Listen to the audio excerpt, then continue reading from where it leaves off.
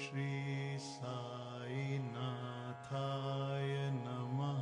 ॐ श्री साईनाथाय नमः। ॐ श्री साईनाथाय नमः। ॐ श्री साईनाथाय नमः। ॐ श्री साईनाथाय नमः। ॐ श्री साईनाथाय नमः। ॐ श्री साईनाथाय नमः। ॐ श्री साईनाथाय नमः। ॐ श्री साईनाथाय नमः। ॐ श्री साईनाथाय नमः। ॐ श्री साईनाथाय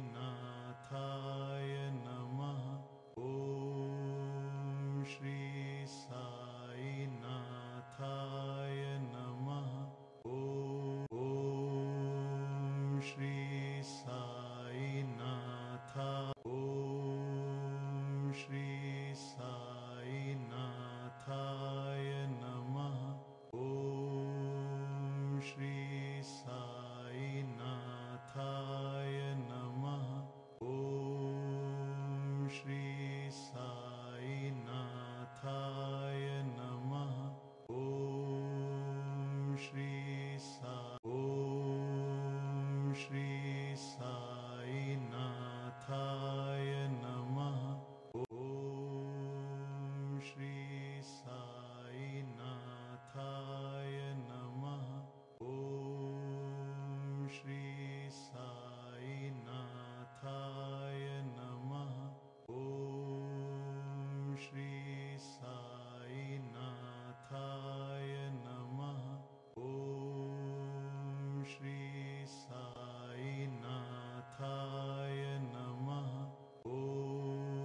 ॐ श्री साईनाथाय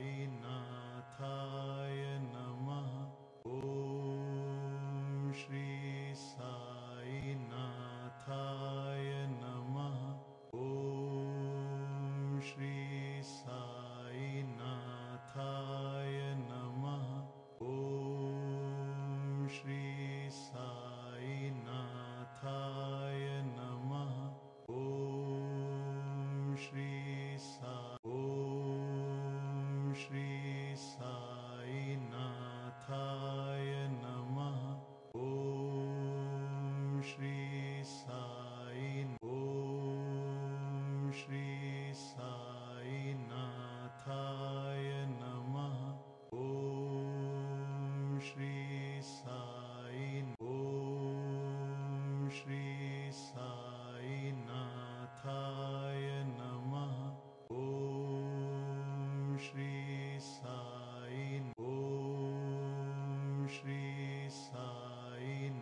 साईनाथाय नमः।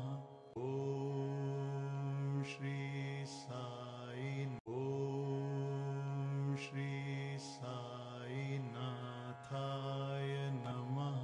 ॐ श्री साईनाथाय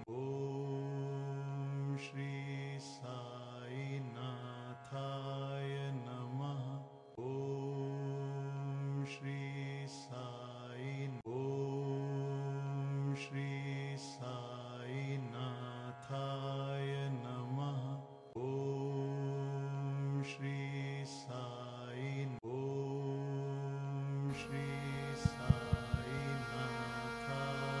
श्री सच्चिदानंद सद्गुरु साईनाथ महाराज की जय।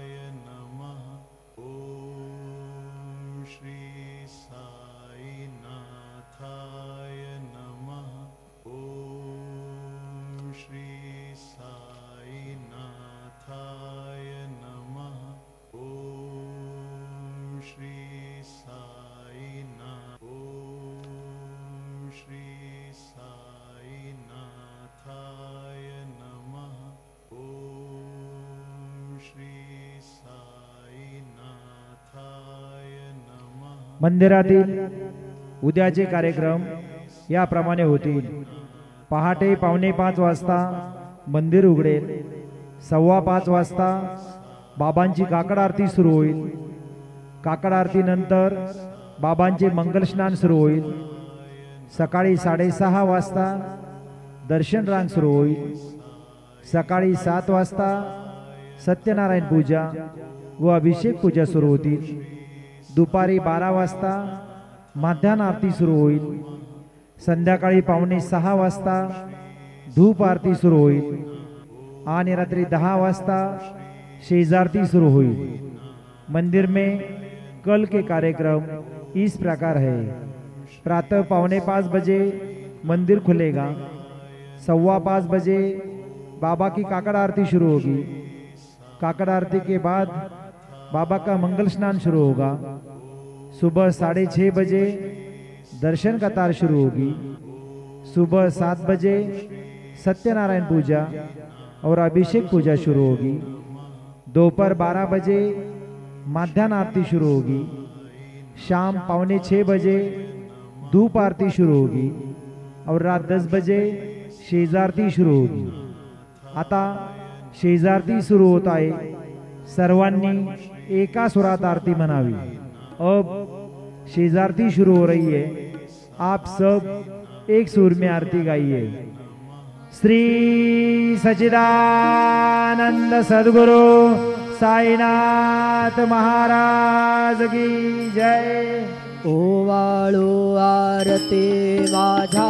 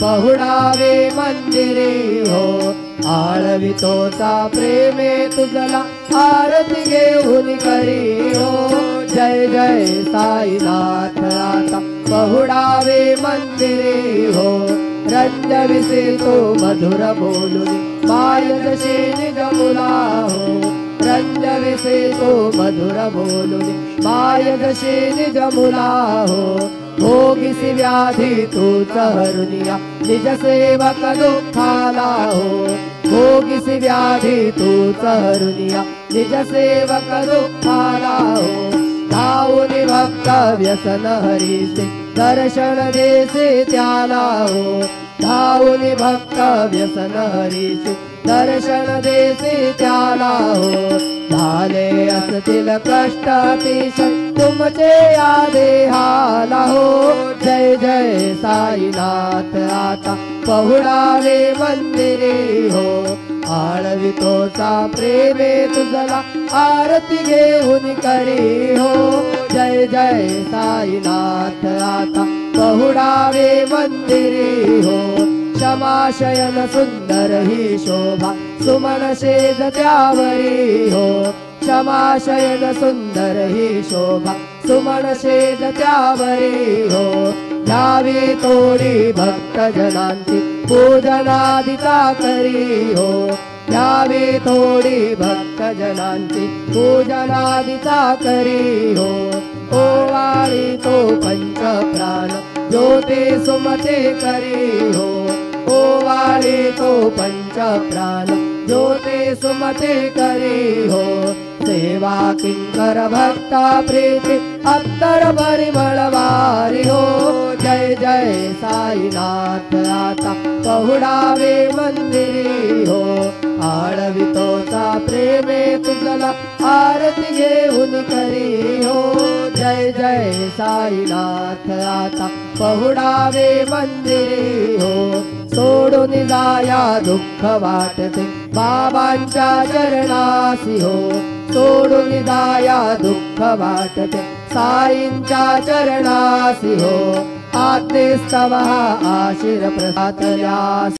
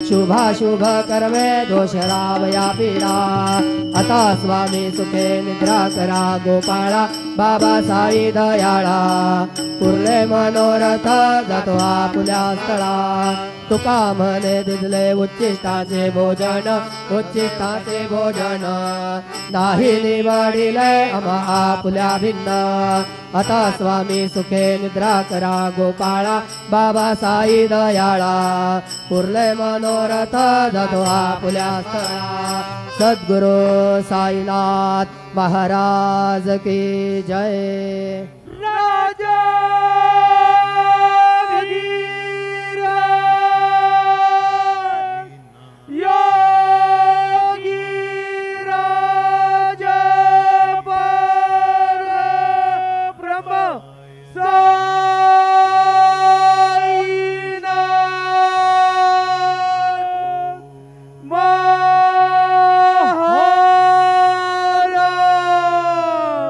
श्री सच्चिदानंद सद्गुरु साईनाथ महाराज की जय श्री साईनाथाय नमः ओम श्री साईनाथ ओम श्री साईनाथाय नमः ओम श्री साईनाथाय नमः ओम श्री साईनाथाय